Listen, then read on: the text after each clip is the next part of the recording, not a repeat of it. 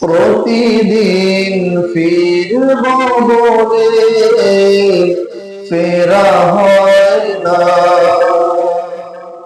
পাপগুলো মুছব বলে মোছা হয় না। প্রতিদিন ফিরব বলে ফেরা হয় না, পাপগুলো মুছব বলে মোছা হয় না।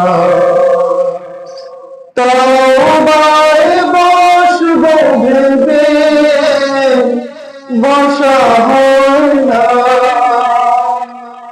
তওবায় বসব ভেবে বসা হয় না। সিরাতের পথে চোপে নাও আমায়, সিরাতের পথে চোপে নাও আমায়, রহমের চাদরে তোমারি মায়া। প্রতিদিন ফিরব বলে ফেরা হয় না, তওবায় বসব বলে বসা হয় না। প্রতিদিন ফিরব বলে ফেরা হয় না, তওবায় বসব ভেবে বসা হয় না। উপস্থিত সম্মানিত মুরব্বিয়ানে কেরাম, মুসল্লিয়ানে আযম, সাউন্ড সিস্টেমের কল্যাণে যে সকল মা এবং বোনেরা শুনতে পাচ্ছেন, সবাই মিলে মহান রাজাধিরাজ আল্লাহ রাব্বুল ইজ্জত আল জালালের দরবারে শুকর সুজুদ পেশ করছি, আদায় করছি যে আল্লাহ তাআলা আমাদেরকে মাহে রমাদানের আজকে 20তম রমাদানে আমাদেরকে অত্র মসজিদে হাজির হয়ে সালাতুল জুমআ আদায় করার জন্য সুযোগ দান করেছেন। আমরা খুশি হয়ে অন্তরের অন্তঃস্থল থেকে মহান রবের শিখানো ভাষা অনুযায়ী শুকর আদায় করে পড়ে নিচ্ছি আলহামদুলিল্লাহ। দুরূদ সালাম প্রেরণ করছি মানবতার নবী, মুক্তির দিশারি, শাফাআতের কান্ডারি আহমদ মুস্তাফা মুহাম্মদ মুস্তাফা সাল্লাল্লাহু আলাইহি ওয়াসাল্লামের উপরে। আল্লাহুম্মা সাল্লি ওয়া সাল্লিম ওয়া বারিক আলাইহি। সম্মানিত মুসলিম কারাম, মাহে রমাদানের রোজাগুলো বিদায় নিতে নিতে এক এক করে আজকে 20টি রোজা, 20তম রমাদান বিদায় নেওয়ার পথে। মাহে রমাদান তামাম বিশ্বের মুসলিম উম্মাহের কাছে একটি মেহমান স্বরূপ। মেহমান এসেছে, মেহমান আমাদের কাছে যতদিন থাকার কথা, মেহমান তার থাকার সময় ফুরিয়ে যাওয়ার পথে এক এক করে বিদায় নিতে নিতে আজকে 20তম রমাদান বিদায় নিয়ে যাচ্ছে। এই যে মেহমান আমাদের কাছে এসেছে, আমাদেরকে কি দিতে চায়? মাহে রমাদান মূলত কি দিতে, কি বার্তা, কি মেসেজ নিয়ে আমাদের কাছে এসেছে? মাহে রমাদান মূলত আমাদের কাছে একদিকে আমাদেরকে আশার বাণী শোনাবার জন্য, জান্নাতের পথ দেখাবার জন্য এসেছে। আবার মাহে রমাদান অন্যদিকে আমাদেরকে সতর্কতার কথা, সতর্কতার বাণী, জাহান্নামের পথ আমাদেরকে বলে দেওয়ার জন্য এসেছে। মাহে রমাদান হচ্ছে এমন একটি মাস, একদিকে আমাদেরকে আশার কথা, আশার বাণী শোনায়, অন্যদিকে সতর্কতার বাণী আমাদেরকে এই মাহে রমাদান শোনায়। মাহে রমাদান যে আশার বাণীগুলো আমাদেরকে শোনায়, তার মধ্যে অন্যতম হচ্ছে এই মাসে আল্লাহ তাআলার কোন বান্দা, কোন বান্দি যদি, নারী এবং পুরুষ যদি একটি নফল আদায় করে, আল্লাহ তাআলা এই মাহে রমাদানের ইজ্জতে এবং খাতিরে একটি নফল আদায় করলে একটি ফরজ আদায়ের সওয়াব আল্লাহ বান্দাকে দিয়ে দেয়। এমন একটি মাস চলছে, এই মাসে যদি কেউ উমরা করে তাহলে তার আমলনামায় একটি কবুল হজের সওয়াব দিয়ে দেওয়া হয়। এই মাসে ইজ্জতে সম্মানে আল্লাহ পাক জান্নাতের যতগুলো দরজা আছে প্রত্যেকটা দরজা খুলে দিয়েছে, আর জাহান্নামের যতগুলো দরজা রয়েছে এই মাসের সম্মানে আল্লাহ প্রত্যেকটা জাহান্নামের দরজাকে বন্ধ করে দিয়েছেন। এবং হাদিসে এসেছে এই মাসে আল্লাহ পাকের প্রত্যেক বান্দা বান্দির কাছে একজন ফেরেশতা আসে, এসে যদি দেখে ওই বান্দাটা নেক আমল করতেছে, নেক আমল করে, তাহলে ওই ফেরেশতা ডেকে বলে, ও আল্লাহর গোলাম, তুমি যে নেক আমল করছো তা আরো বেশি করে করো, আরো দ্রুত করো, কারণ রহমতের মাস, মাগফিরাতের মাস, নাজাতের মাস শেষ হয়ে যাচ্ছে, বেশি সময় পাবে না। আল্লাহ পাকের পক্ষ থেকে যে ফেরেশতা বান্দা বান্দির কাছে আসে, ওই ফেরেশতা এসে যদি দেখে বান্দাটা পাপ করে, গুনাহ করে, অন্যায় করে, বলে যে হে বান্দা বান্দি, স্টপ, থেমে যাও, অনেক হয়েছে, অনেক পাপ তোমার দ্বারা সংগঠিত হয়েছে, আর নয়, পাপ যা করেছো এখানেই ক্ষান্ত হয়ে যাও, শেষ করো, কারণ রহমত, মাগফিরাত, নাজাতের মাস চলে যাচ্ছে, গুনাহ যা হয়েছে বেশি হয়েছে, আর করো না তুমি গুনাহ। তো মাহে রমাদান আমাদেরকে যে আশার বাণীগুলো শোনায়, একজন নামাজীকে আল্লাহ জান্নাত দান করবেন, একজন হাজীকে আল্লাহ জান্নাত দান করবেন, কিন্তু একজন রোজাদারকে, রোজা পালনকারী বান্দা বান্দিকে আল্লাহ পাক কি পুরস্কার দান করবেন? হাদিসে কুদসিতে এসেছে, আল্লাহ রাব্বুল আলামিন বলেছেন, আস-সাওমু লি ওয়া আনা আজজি বিহি, আস-সাওমু লি ওয়া আনা আজজি বিহি, অর্থাৎ হচ্ছে আল্লাহ পাক বলেছেন যে রোজা আমার জন্য, সওম আমার জন্য, এর প্রতিদান আমি নিজেই বান্দাকে দান করব। এই হাদিসের ব্যাখ্যায় এসেছে যে আল্লাহ তাআলা বান্দাকে কি পুরস্কার দান করবেন একমাত্র আল্লাহই ভালো জানেন। আবার অন্য একটি বর্ণনায় এসেছে যে রোজাদারদেরকে আল্লাহ পাক ডেকে ডেকে বলবেন, হে রোজাদাররা, তোমাদেরকে আমি আল্লাহ তাআলা যে যে পুরস্কার দিব বলে দুনিয়াতে ঘোষণা দিয়েছিলাম, আজকে তোমরা কি তোমাদের সব পুরস্কার গুলো বুঝে পেয়েছো? তখন রোজাদাররা বলবে যে হে আল্লাহ, সকল পুরস্কার গুলো বুঝে পেয়েছি, তবে একটা পুরস্কার আমরা বুঝে পাই নাই। আল্লাহ বলবেন সেটা কি?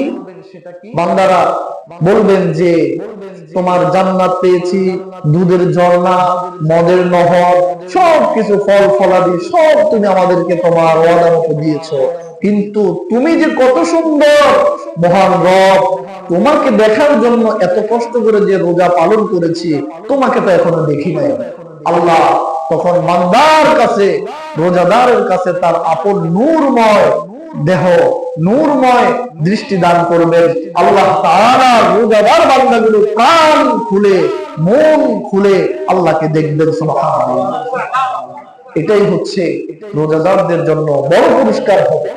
এজন্য একজন রোজাদারের জন্য আল্লাহ তাআলা নিজেই পুরস্কার হয়ে যাবেন। আল্লাহ পুরস্কার আর কি দান করবেন? আল্লাহ নিজেই তাকে প্রেজেন্টেশন করবেন রোজাদার বান্দা বান্দীদের জন্য। তো আমি বলতেছিলাম, মাহে রমাদান মেহমান স্বরূপ, এই মেহমান এসে আমাদেরকে একদিকে আশার বাণী, জান্নাতের কথা শোনায়, আবার অপর দিকে এই মাহে রমাদান সতর্কতার বার্তা নিয়ে এসেছে। এই মাহে রমাদান আমার ভাইয়েরা বাবারা কিসের বার্তা নিয়ে এসেছে? সতর্কতার বার্তা। সতর্ক করতে চায় মাহে রমাদান আমাদের, অনেকগুলো সতর্ক করে। হাদিসের আলোকে আমি দুটি হাদিস শোনাতে চাই। এক নম্বর যে হাদিস, একটু জিকির করি, লা ইলাহা লা ইলাহা ইল্লাল্লাহ, লা ইলাহা ইল্লাল্লাহ, লা ইলাহা ইল্লাল্লাহ, লা ইলাহা ইল্লাল্লাহ,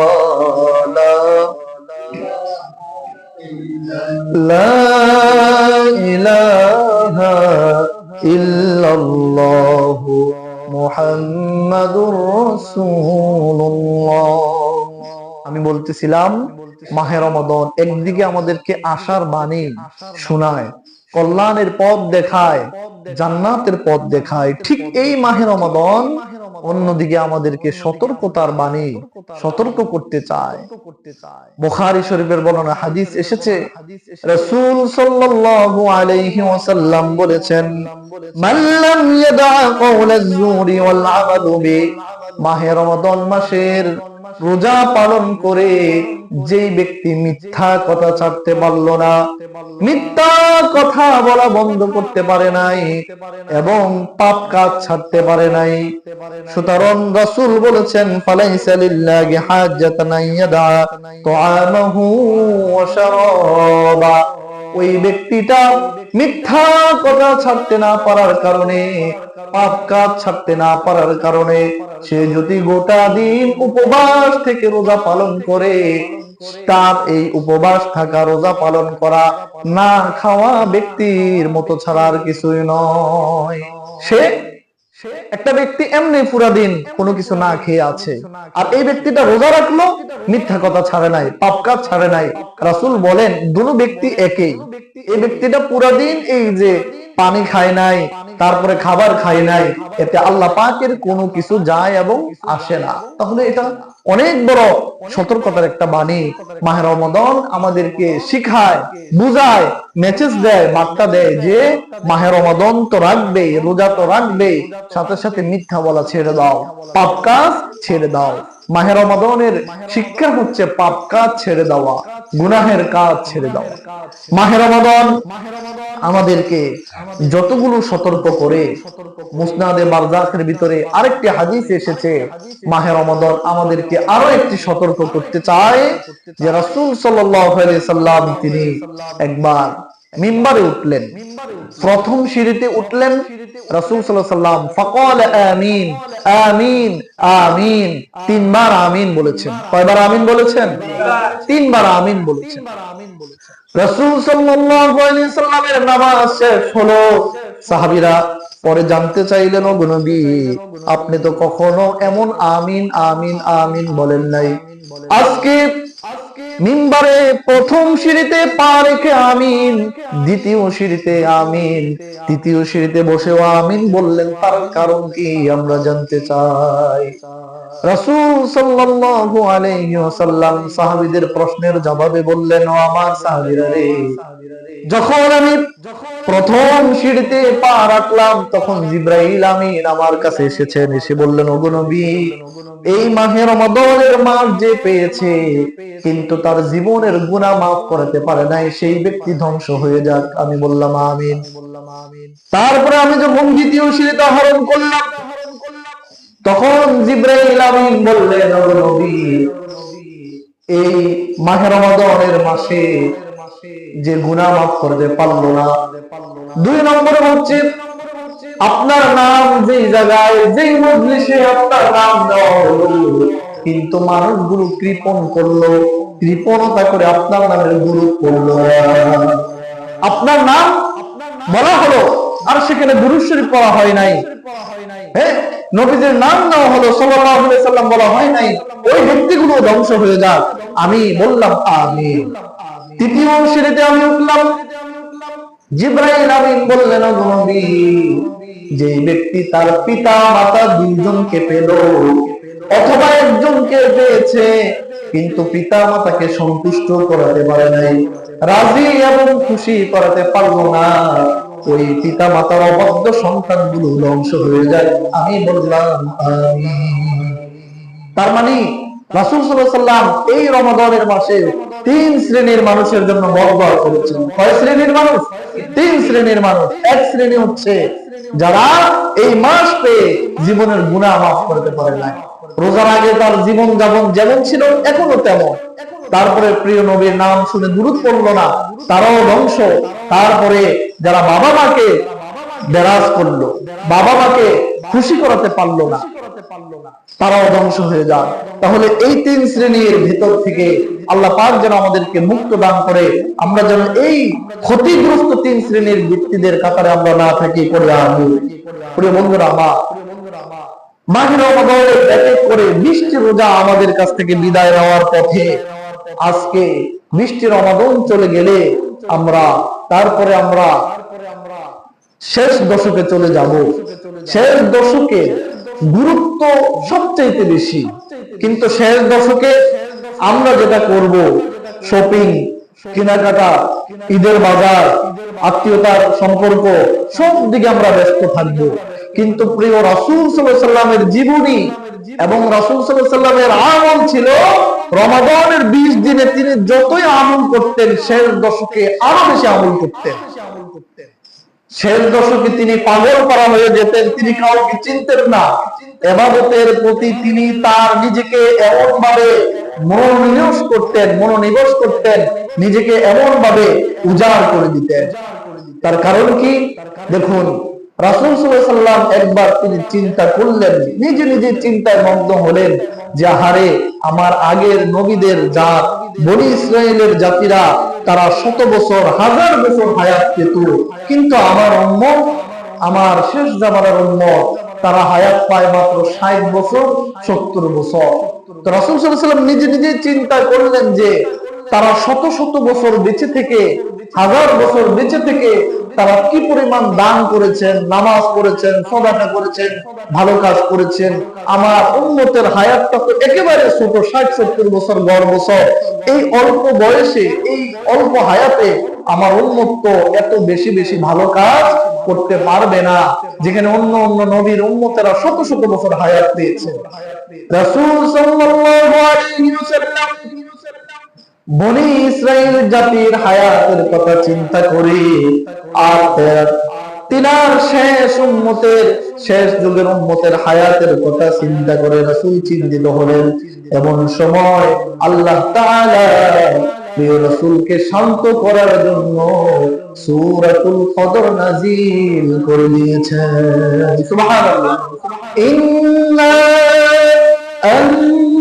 أنزلناه في ليلة القدر وما أدراك ما ليلة القدر ليلة القدر خير من ألف شهر।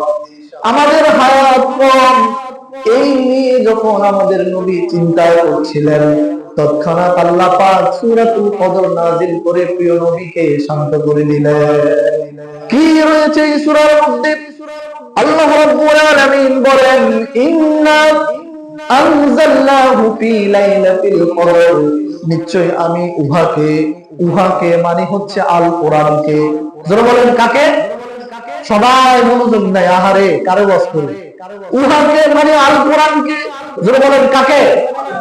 আল্লাহ পাক বলেন, নিশ্চয় আমি উহাকে অর্থাৎ আল কোরআনকে কদরের রাত্রিতে নাজিল করেছি। অর্থাৎ কোরআন শরীফ নাজিল হয়েছে কদরের রাত্রিতে। আল্লাহ পাক দ্বিতীয় আয়াতে বললেন, ওয়ালা আদরাকা মা লাইলাতুল কদর, ওগো নবী আপনি কি জানেন নাকি কদর কি, শবে কদর সেটা কি? তারপর আল্লাহ পাক নিজেই বললেন, وما أدراك ما ليلة القدر ليلة القدر خير من ألف شهر। লাইলাতুল কদর হচ্ছে 1000 মাসের চাইতেও উত্তম একটি রাত। সুবহানাল্লাহ। লাইলাতুল কদর হচ্ছে 1000 মাসের চাইতেও উত্তম একটি রাত। এবার 1000 মাসকে আপনি যদি ক্যালকুলেটরে দেন, মাস দিয়ে যদি ভাগ করেন, মাসে যদি রূপান্তর করতে চান, তাহলে দেখবেন 1000 মাস সমান 83 বছর 3 মাস 4 মাস, 83 বছর 4 মাস হয়ে যাবে। সুবহানাল্লাহ বললেন না?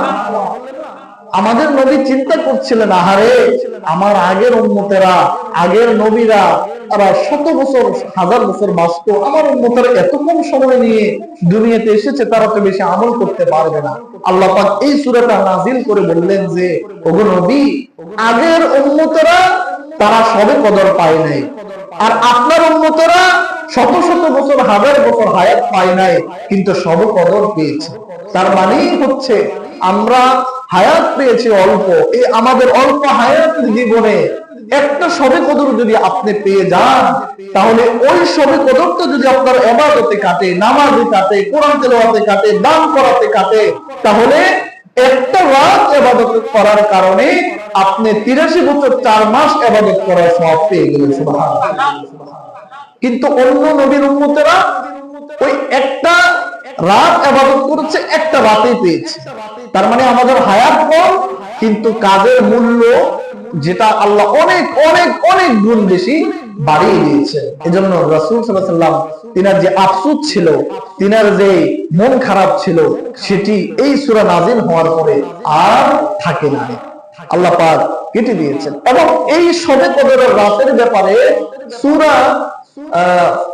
সূরার নামটা মনে পড়ছে না এই মুহূর্তে, 25 পারায় সূরাতে এসেছে যে সূরা জাথিয়া, সূরা জাথিয়াতে এসেছে আল্লাহ তাআলা বলেছেন, ইন্না আনজালনাহু ফি লাইলাতিন মুবারাকা ইন্না কুন্না মুনদিরিন, যে আমি আল্লাহ তাআলা এই কোরআনকে আমি একটি বরকতময় রাতে নাযিল করেছি।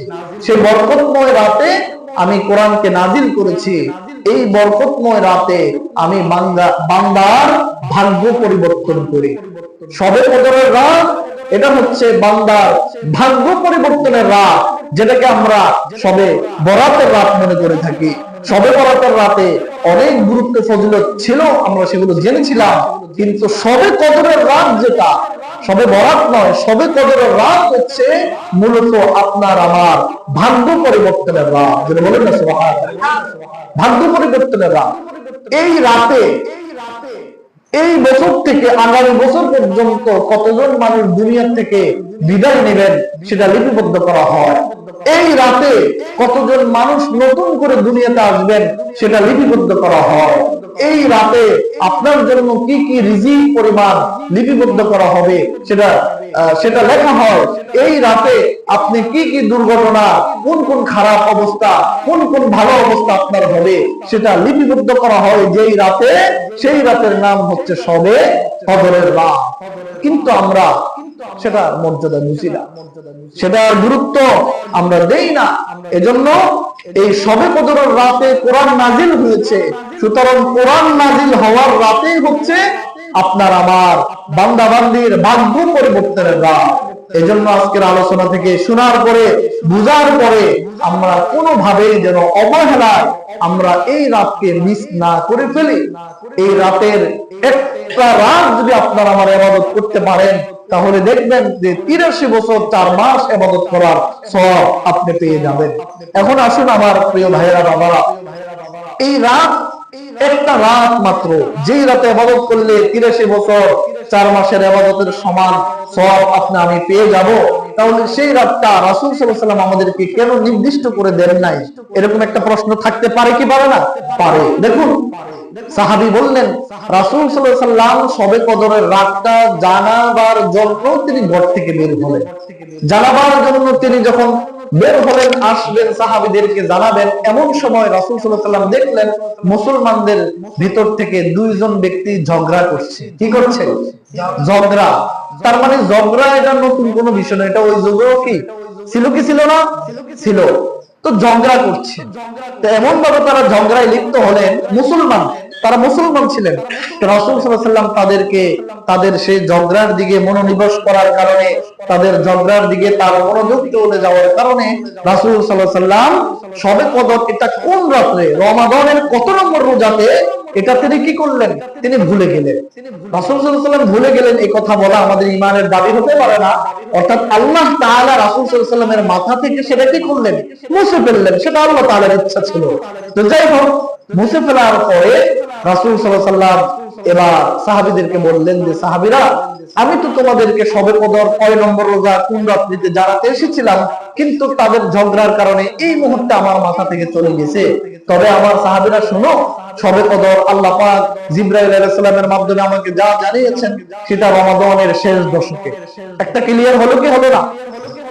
রমাদানের শেষ দশকেই হচ্ছে শবে কদরের রাত। সাহাবীরা আরেকটু ক্লিয়ার করে দেই তোমাদেরকে, সেটা হচ্ছে বিজুর রাত্রি। কি রাত্রি বলেন? বিজুর রাত্রি। তার মানে শবে কদরের রাতটা হচ্ছে বিজুর রাত্রি। সেটা 21, 23, 25, 27, 29 হতে পারে। তবে ইসলামী স্কলারগণ 27-এর পক্ষে অনেকে মতামত দিয়েছে। মতামত দেখ না দেখ, বুদ্ধিমান যারা, বুদ্ধিমান ইমানদার যারা, যারা এই একটা রাত ইবাদত করে, একটা রাত ইবাদত করে যারা 83 বছর 4 মাসের সওয়াবটা তার আমলনামায় পেতে চায়, ঢুকাতে চায়, অবশ্যই সে কি করবে? অবশ্যই সে রমাদানের শেষ দশককে গুরুত্ব দিবে।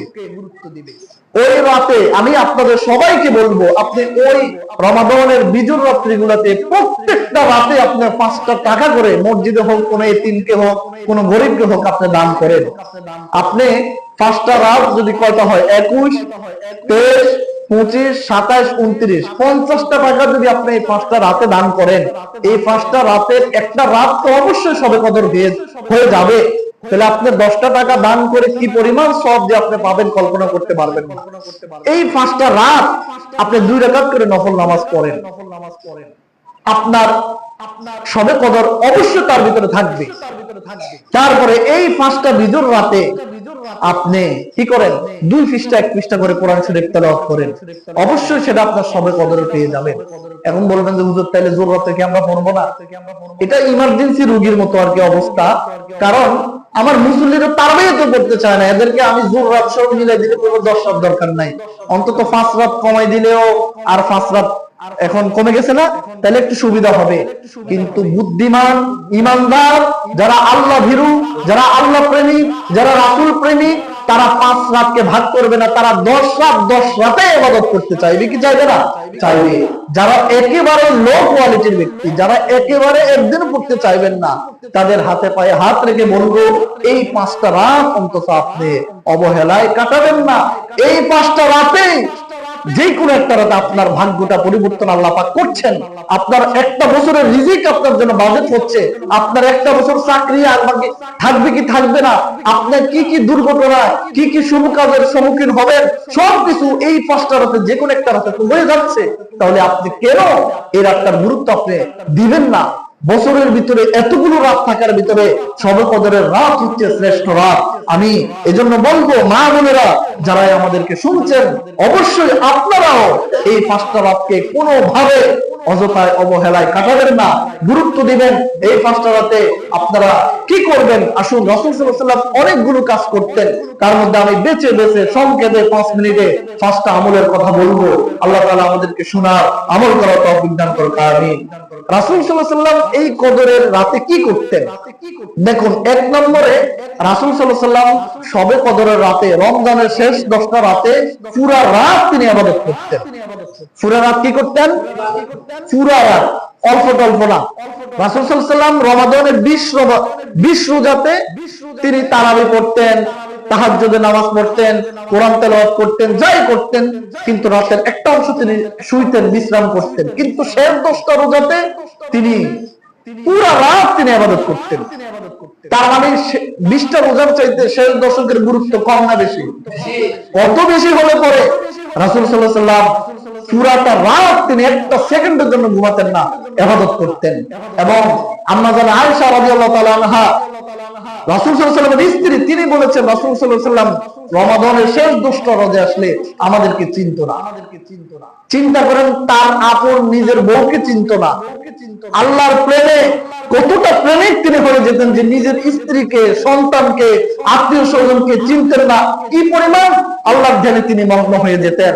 এবং আয়েশা বলেন, রাসূল সাল্লাল্লাহু আলাইহি ওয়াসাল্লাম নিজে তো ইবাদত করতেন, আমাদেরকেও রাতে ঘুমাতে দিতেন না, আমাদেরকেও জেগে তুলাতেন, আমাদেরকেও দিয়েও তিনি রাসূল সাল্লাল্লাহু আলাইহি ওয়াসাল্লাম ইবাদত করতেন।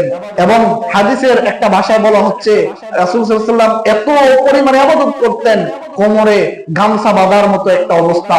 এখানে একটা ব্যাখ্যা দেওয়া হয়েছে, কোমরে গামছা বাঁধা মানে হচ্ছে আপনি দেখবেন যখন মাটি কাটার কোনো কাজ হয়, গাছ কাটার কোনো কাজ হয়, ভারী কোনো কাজ হয়, আপনার কোমরের শক্তিটা বৃদ্ধি করার জন্য আমরা অনেকে গামছা বাঁধি কি বাঁধি না?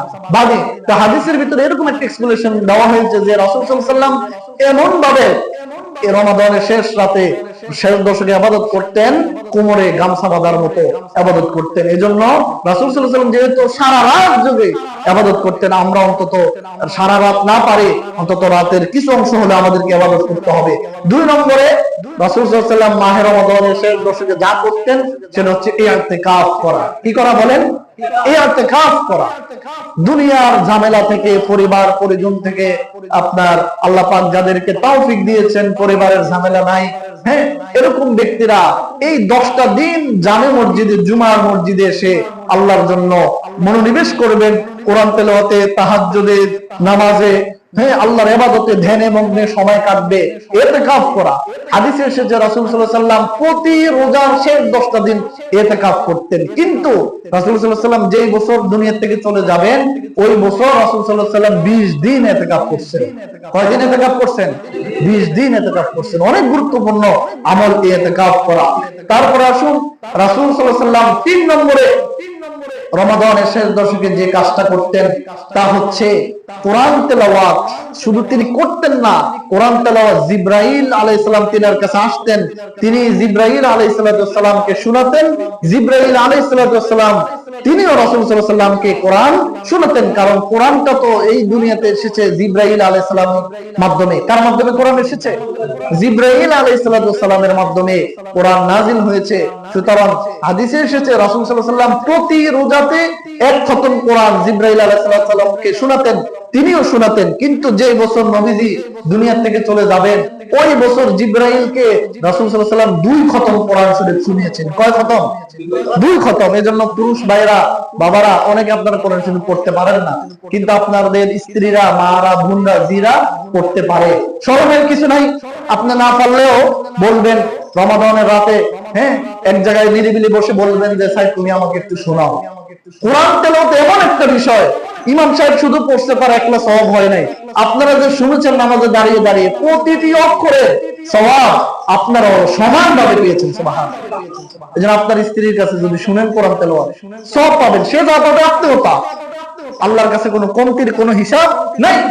কোরআন তেলাওয়াত রাসূল সাল্লাল্লাহু আলাইহি ওয়াসাল্লাম যেহেতু নিজে তিনি জিবরাইল আলাইহিস সালামকে শোনাতেন, আবার জিবরাইল রাসূল সাল্লাল্লাহু আলাইহি ওয়াসাল্লামকে শোনাতেন, হ্যাঁ, কোরআন রিসাইটেশন করা, একে অপরকে শোনানো অত্যন্ত সওয়াবের কাজ। এজন্য আমরাও এটা করব।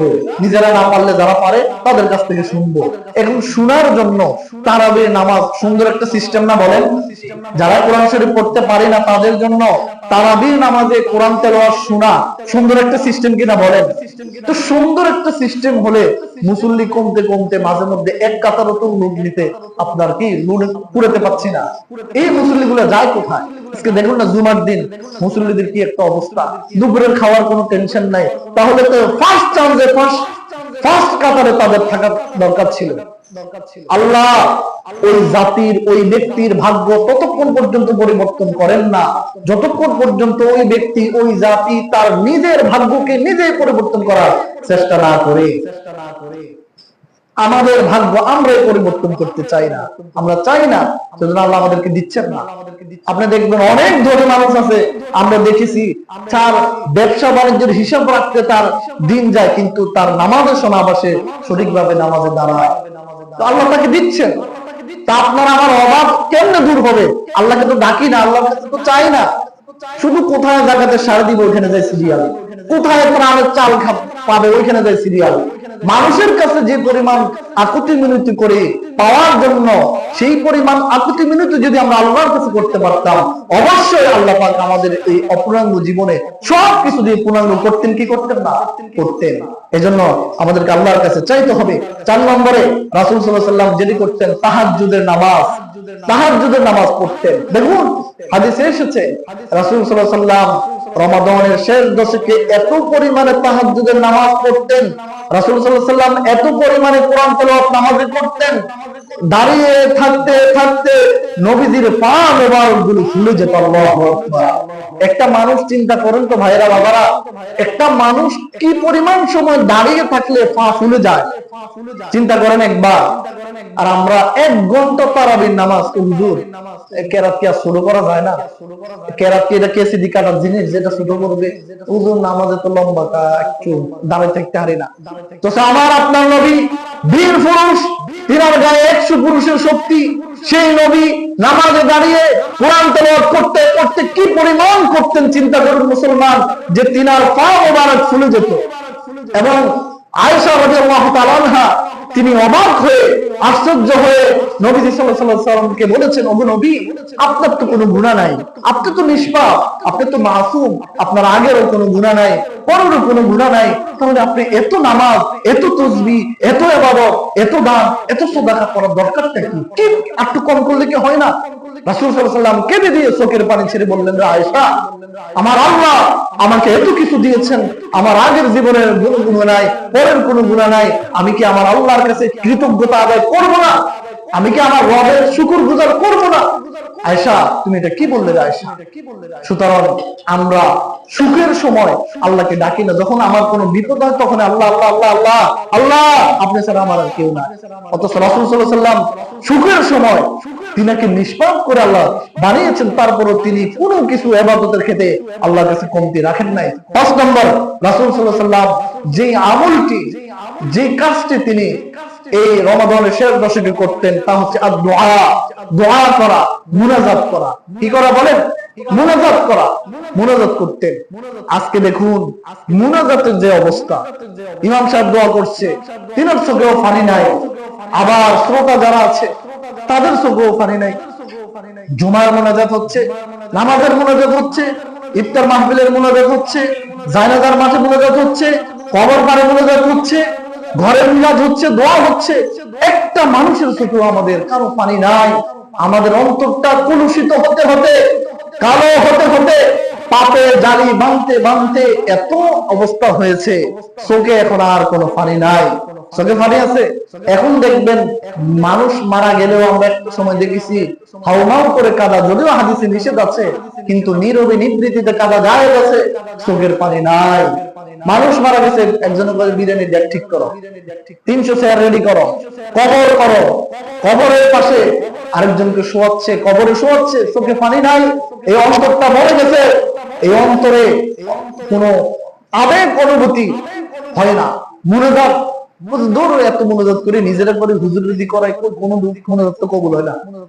মুনাজাত কবুল হওয়ার রাস্তা নিজেরাই, নিজেদের মুনাজাতের কবুল হওয়ার রাস্তা নিজেরাই বন্ধ করে রেখেছি।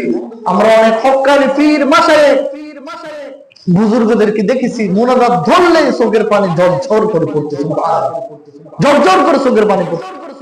তিনারও পড়তো, তিনার মুরিদদানেরও পড়তো। আজকে আমাদের কারো চোখে পানি নাই, মুনাজাত করে এই আঙ্গুলের মেসেজ করতেছে, তারপরে কেউ দাড়ি টানে, টুপি ঠিক করে, পাঞ্জাবি ঠিক করে, আর যদি তবরকের প্যাকেট ট্যাকেট থাকে ওদের দুধের মুনাজাত তো লম্বা হয়ে যায়। দেন না কাল, তাড়াতাড়ি শেষ করেন না কাল হুজুরের মুনাজাত। এই তো একটা অবস্থা, আমাদের অন্তর পাষাণ হয়ে আছে। মুনাজাত কেমন হওয়া দরকার ছিল? আপনি আল্লাহর কাছে মুনাজাত করে আপনার সমস্যাগুলো আপনি চোখের পানি ছেড়ে ছেড়ে বলেন, আপনি কাঁদেন, আপনার গুনাহের কথা স্মরণ করেন, আপনার বিপদের কথা স্মরণ করেন। মুনাজাতটা তো এমন হওয়া দরকার ছিল। আজকে মুনাজাত মানে একটা ট্রেডিশন, মুনাজাত মানে একটা ট্রেডিশনে দাঁড়িয়েছে, এছাড়া আর কিছু নয়। তাহলে আমরা দেখেছি হক্কানি আউলিয়া কেরামরা দোয়া করতে দেরি, তাদের চোখের পানি ফেলতে দেরি, মুনাজাত আল্লাহর দরবারে মঞ্জুর হতে দেরি হয় নাই। প্রিয় ভাইরা, মুরব্বি বাবারা আমার, অনেকটা সময় হয়ে গেল। তো এই মাহে রমাদানের শেষ দশক, আমার পুরুষ ভাইরা বাবারা এবং মা এবং বোনেরা, এই 10টা রাত আমরা অবশ্যই খুব মর্যাদা দিয়ে গুরুত্বতার সাথে কাটাবো। যারা এখনো তারাবির নামাজ পড়েন না, গাছের তলে, দোকানে, এখানে সেখানে বসে থাকেন, আমি বলবো আপনার জীবন থেকে একটা রমাদান যাচ্ছে, একটা বছর শেষ হয়ে যাচ্ছে। বর্তমান মানুষের গড় আয়ু 60 থেকে 70 বছর। আপনি যে খালি জমায় রাখছেন এই বছর না আরেকটু বুড়া হয়ে পরে পরে পরে, আপনি তো সময় পাবেন বলে কোনো গ্যারান্টি নাই। মোটরসাইকেলে অনেক যুবকের প্রাণ ঝরে, স্ট্রোক করে অনেক মানুষ মারা যায়। তাহলে আপনার এই রমাদানটাকে আপনাকে কাজে লাগান। এতদিন যেভাবে কাটিয়েছেন তারাবিতে আসেন, আর তারাবিতে আসার পরে যে একটা অবস্থা হয়, অবশ্যই শিশুরা না হয় একটু দুষ্টামি করবে। উপযুক্ত ছেলেরা দুষ্টামি করে কেন? নামাজে দাঁড়িয়ে, আল্লাহর সামনে দাঁড়িয়ে। নামাজ কি কোনো চেয়ারম্যান মেম্বারের জন্য আদায় করা হচ্ছে? কোন প্রেসিডেন্টের সামনে? নামাজ মানে আপনি আল্লাহকে সামনে হাজির নাজির রেখে আপনি দাঁড়িয়েছেন। আপনি নামাজে দাঁড়িয়ে যদি আল্লাহকে দেখতে না পান, এই বিশ্বাস রাখুন যে আল্লাহ আমাকে দেখছে। নামাজ হচ্ছে, আল্লাহ পাকের রাসূল বলেছেন 50-50। বান্দা নামাজে দাঁড়িয়ে যখন আলহামদুলিল্লাহ রাব্বিল আলামিন বলে, আল্লাহ এটা জবাব দেন। আর রহমানুর রহিম বলে, আল্লাহ জবাব দেন। মালিক ইয়াউমিদ্দিন বলে, আল্লাহ জবাব দেন। তাহলে আল্লাহর সামনে দাঁড়িয়ে আপনার একজনের লুঙ্গি টান দেন, তারপর আরেকজনকে গুতা মারেন, নিজে আবার নিয়ত ঠিক করে বাঁধেন, দাওয়ায় থাকে, বই থাকে, কত রকমের যে মুসল্লি পাওয়া যায়। আল্লাহু আকবার। আল্লাহ তুমি আমাদেরকে হেদায়েত দান করো। এই মাহে রমজান মাসে, রমাদান মাসে যদি হেদায়েত না পাই,